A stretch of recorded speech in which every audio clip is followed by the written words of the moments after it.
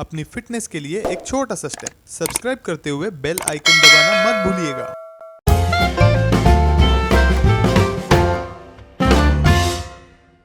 Hello everyone, welcome to another episode of Conversations with Oziba, your go-to podcast for all things health and nutrition. आज हम एक बहुत ही special expert के साथ बैठे हैं, doctor Geetika Srivastava, who is a leading dermatologist, hair transplant surgeon and aesthetic physician with over 7 years of experience. So let's welcome Geetika to our show. Thank you so much for joining us today. And of course, it happens to be a Sunday, but I'm so glad to be having this conversation with you. Thanks for having me here, Chaya. No, the pleasure is all ours, of course. It's so important to have the kind of conversation that we're having today, especially health oriented, क्योंकि हम एक informed consumer, एक informed audience के बारे में बात कर रहे हैं. Somebody who is wary of their health, their nutrition and of course fitness. So coming to our topic, I really want to know about dandruff, something that so many of us deal with. But शुरू में ना, I think ये बहुत कम लोगों को पता है कि dandruff होता क्या है. So maybe we can start with that. What exactly is dandruff and what are the causes of dandruff, of course? Dandruff का बहुत myth है. You know, for a common person, लोगों को लगता है dandruff is dry scalp, but it is quite the reverse. Dandruff is the result of oily scalp. So we have all kinds of, you know, flora or bacteria, you can say, on our body. One such fungus is known as Malassezia. Okay. And that eats away our oil, natural oil present on a scalp.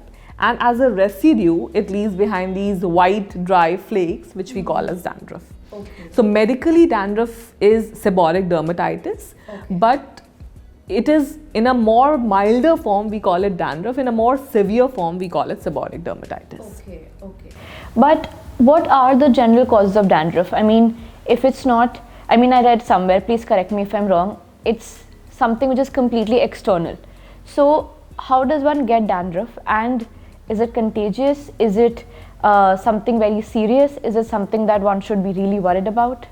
If you have like mild dandruff, which is, you know, causing a little bit of flakes here and there, then obviously it's more of a social embarrassment rather than a disease per se, and we get to know how to deal with this on a day-to-day basis.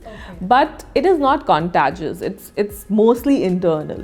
Okay, and anybody and everybody can have it. You might be having dry skin type, I might be having oily skin type. So similarly, some people are prone to have dandruff. It's their, you know, built up, it's their genetic makeup. This is how their scalp would react. So you cannot pinpoint ki why will they have dandruff, or whether they will have dandruff in future, whether they will transmit it to anybody. No, they are, you know, you can say destined to have dandruff, and they had dandruff. I think that's a huge myth buster, because so many people believe कि dandruff, you know, transferable होता है. So does a lifestyle, eating habits per se, diet particularly, external factors, can they actually trigger dandruff as well? Not really, but there are certain things that can worsen your dandruff. For example, people, again, it's a very common myth ki oiling kar lo and you will, you know, help remove dandruff per se, but that doesn't happen. Oiling again will aggravate your dandruff. So similarly, you know, having very long hot showers, usse kya hota hai ki it is not going to directly aggravate dandruff, but it's going to increase the irritation level of your scalp. So your scalp will become towards drier side, you might have more itching, and with that scratching tendency, you will have those flakes all over your garments. So that's kind of a social embarrassment for you.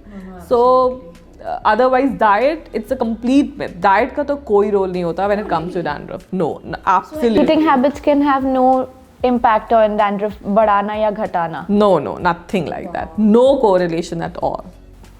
That's so fascinating, because I think, again, maybe for me as well, that was a huge myth that, you know, my internal eating habits or particularly my choices in life could impact dandruff. But this is actually very fascinating. It's purely external, matlab how we eventually it starts.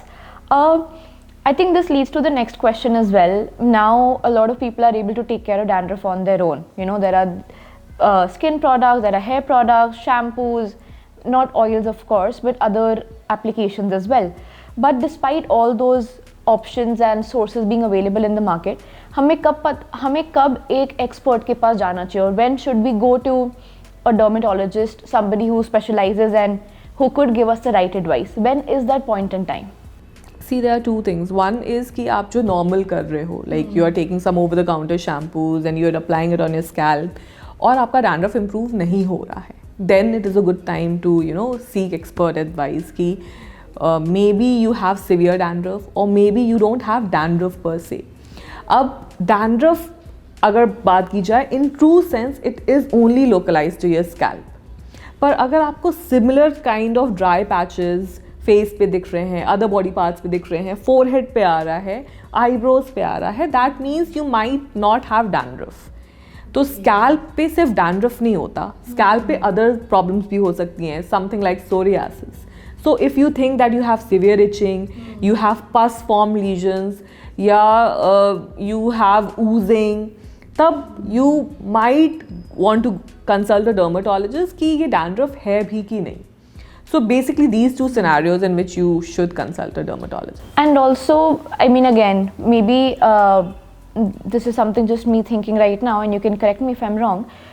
जो over the counter जो products होते हैं, is that again like one hat fits all heads, or there could be that while I might have dandruff, but because of other reasons, the same product might not work for me. Is that also true? Yeah, most of the over-the-counter shampoos that are available, they are not medicines. They are cosmetics. Cosmeceuticals is what we call them. Now, उनके में same stringent conditions नहीं apply होती जो medicines पे होती हैं. Okay. So obviously you cannot give a higher percentage of an active component on those shampoos. So if your dandruff is not getting controlled, probably you don't have the right ingredient. And most of the anti-dandruff shampoos has ketoconazole as the right ingredient. What would that be? That is an antifungal. Again, I talked about fungus causing this. That's why we need antifungal as an ingredient in the shampoos. And that shampoo has to be kept for 5 to 10 minutes before you rinse it off. Okay. Otherwise, that will not work as much as a routine shampoo. It's not just you just apply it and then rinse it off and it's going to be effective. This is so important. I mean, you have no idea. This is such a, जैसे कहते हैं ना, पाठशाला चल रही है बहुत. I am thinking that I am getting so much education. Last question for the day. What are your recommended solutions for reducing dandruff of course, in a long term?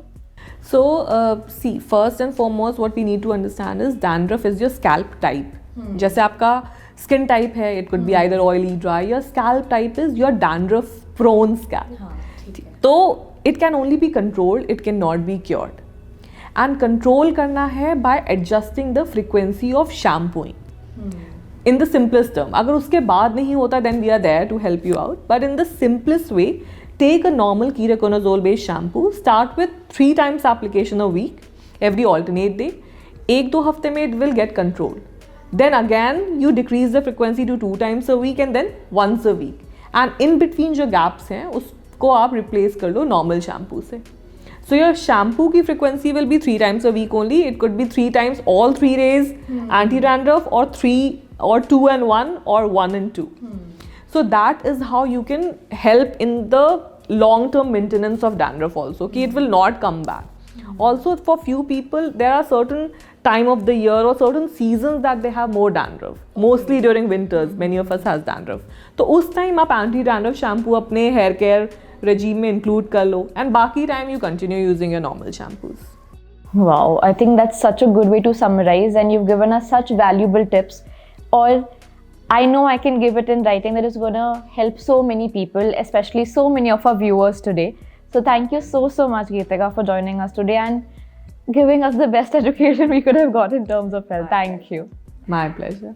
And of course, my health hustlers, thank you so much for joining us today on Conversation with Uziva, your go-to podcast for all things health and nutrition. I will see you soon. And of course, don't forget to visit uziva.in for all your healthcare nutritional requirements and of course supplements. This is Chayad Abbas. We will see you soon. Take care.